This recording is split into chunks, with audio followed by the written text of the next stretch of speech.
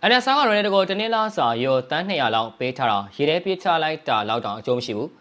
NSR တဲ့အတွက် Ronaldo ဟာထမင်းဝိုင်းတဲ့ကအလားပြစိုက်ထားတဲ့ plastic ပန်အိုးလိုပါပဲဒီကောင်းမလို့ရှိတယ်ဒါပေမဲ့ဘိုင်းစာရဲ့ချိန်ကြရင်တော့မာနေဆိုတဲ့ဟင်းကွက်တွေရှိမှထမင်းဝင်တာပါပရိသတ်များအားပဲမင်္ဂလာပါများ Wise 2ကနေအားလုံးကိုပြန်လည်ကြိုဆိုပါရစေ2025-26ဘောလုံးရာသီအောင် Sorry Broly အတွက်တော့အမှန်တရားတွေပေါ်ထွက်လာတဲ့နေ့တစ်နေ့ဖြစ်ပါတယ်ကမ္ဘာကောင်းဆုံးကစားမဆိုဘောလုံးတရား9လုံးပိုင်ရှင် Instagram မှာ follower များဆုံးလူသားကြီး Cristiano Ronaldo ဟာ NSR အသင်းစီကိုရောက်ရှိလာတာဟာအသင်းကိုချန်ပီယံဖြစ်စေဖို့ထက်အသင်းရဲ့လာစာမွေတွေကိုလေဟာနေတယ်ပို့ပေးဖို့ဖြစ်နေမှအခုတော့အချက်လက်တွေကတက်တည်ပြနေပါပြီလူတယောက်ကြောင့်အသင်းပြတဲ့ဆွဲစကားဟာ Ronaldo နဲ့ NSR ဆက်ဆံရေးမှာအကောင့်ထဲပေါ်လာတာပါအသင်းအမှတ်တမ်းတွေကိုတေချာကြည့်လိုက်ရင် Ronaldo ဟာကွင်းထဲမှာရှိနေခြင်းအပြင်အသင်းကိုကူညီနေတာလားဒါမှမဟုတ်အသင်းရဲ့အောင်မြင်မှုလမ်းကြောင်းကိုပိတ်ဆို့နေတာလားဆိုတာလေပင်မှာဆင်သွားသလိုထင်ရှားနေပါတယ်အထူးသဖြင့်မာနီရဲ့ရေးပါမှုနဲ့နှိုင်းယှဉ်လိုက်တဲ့အခါ Ronaldo ရဲ့လူပိုပေါ်ဟာပိုပြီးတော့မှဟာသားဆန်နေပါတယ်လက်ရှိ2025-26ရာသီရဲ့အထူးခြားဆုံးမှတ်တမ်းကတော့Ronaldo မကစားခဲ့တဲ့ပွဲပေါင်း17ပွဲစလုံးမှာ NSR အသင်းက100ခိုင်နှုန်းအနိုင်ရရှိခဲ့တာပါပဲ။ဒါတိုင်းဆိုင်မှုလို့ပြောလို့တော့မရပါဘူး။ဒါကဥမာပေးရရင်အိမ်တိမ်မှာဧည့်သည်ကြီးတယောက်လာတဲနေတယ်။အဲ့ဧည့်သည်အိမ်မှာရှိနေရင်သမင်းအိုးကတူးတယ်။ဟင်းက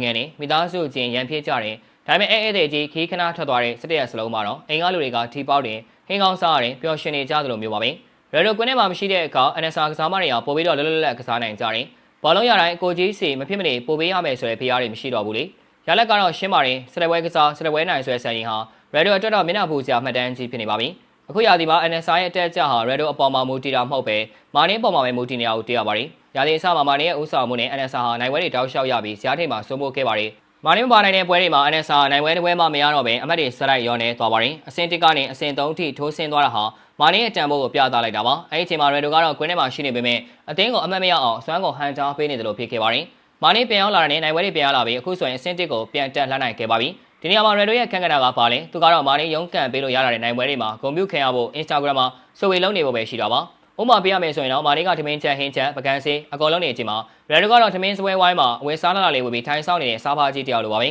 ။ NSR မှာ Ronaldo ဟာဒီနေ့ကိုယူတန်း200နီးပါးလာစာရနေပါတယ်။ဒါကမ္ဘာဘောလုံးသမိုင်းမှာအမြင့်ဆုံးလာစာပါ။ဒါပေမဲ့သူပေးဆက်နေတဲ့စွမ်းဆောင်ရည်ကတော့လာစာနေလို့အောင်မငြင်းမတားမှုရဲ့ပြရုပ်တစ်ခုဖြစ်နေပါတယ်။ Ronaldo ရဲ့လက်ရှိအခြေအနေကိုနှိုင်းယှဉ်ရရင်ကုမ္ပဏီတစ်ခုမှာအကြံပေးအရာရှိကြီးတယောက်ကိုလာစာတောင်းများစွာပေးထားတယ်ဒါပေမဲ့အဲ့အရာရှိကြီးရုံးမတက်တဲ့ရက်တွေမှာကုမ္ပဏီကအမျက်တွေထွက်နေတယ်လို့မျိုးပါပဲသူရဲ့ပရိသတ်တွေကတော့အကိုကြီးကဂိုးတွေအများကြီးသွင်းနေတာပဲလို့ပြောချပါလိမ့်မယ်ဟုတ်ပါတယ်ပန်နယ်တီဂိုးတွေနဲ့ဂိုးလွတ်တွေသွင်းနေတာပါဒါပေမဲ့အဲ့ဒီဂိုးတွေကအသင်းကိုချန်ပီယံဖြစ်စေဖို့ထက်သူရဲ့ကိုယ်ပိုင်စံချိန်တင်ဖို့အတွက်ဖြစ်နေတာကဝမ်းနေစရာပါNSR ရဲ့ဗန်နာရေးကိုကြည့်ရင် Ronaldo ကိုပေးရတဲ့လာစာကအသင်းတစ်သင်းလုံးစာထက်ပိုများနေပေမဲ့ကွင်းထဲမှာတော့သူကလူပေါ်တတ်တာဖြစ်နေပါတယ်Ronaldo ပရိသတ်တွေက Ronaldo ဟာ Sony League ကိုကမ္ဘာကားတီအောင်လုပ်ပေးခဲ့တာလို့အများနဲ့ကြွေးကြော်လေးရှိပါတယ်ဟုတ်ပါတယ်ကမ္ဘာကတည်သွားပါပြီ။ Ronaldo အသက်ကြီးလာတဲ့အခါမှာဘလောက်တောင်အသုံးမကျတော့တာကလေးဆိုတာဒီကမ္ဘာလုံးကအထင်ရှားမြင်တွေ့သွားခဲ့ကြပြီလေဖြစ်ကြောင်းပါ။ဟုတ်တယ်မို့လားခင်ဗျာ။အဆုံးထိကြည့်ရှုပေးခဲ့ကြတဲ့အတွက်အားလုံးကိုကျေးဇူးထူးပဲတင်ရှိပါရခင်ဗျာ။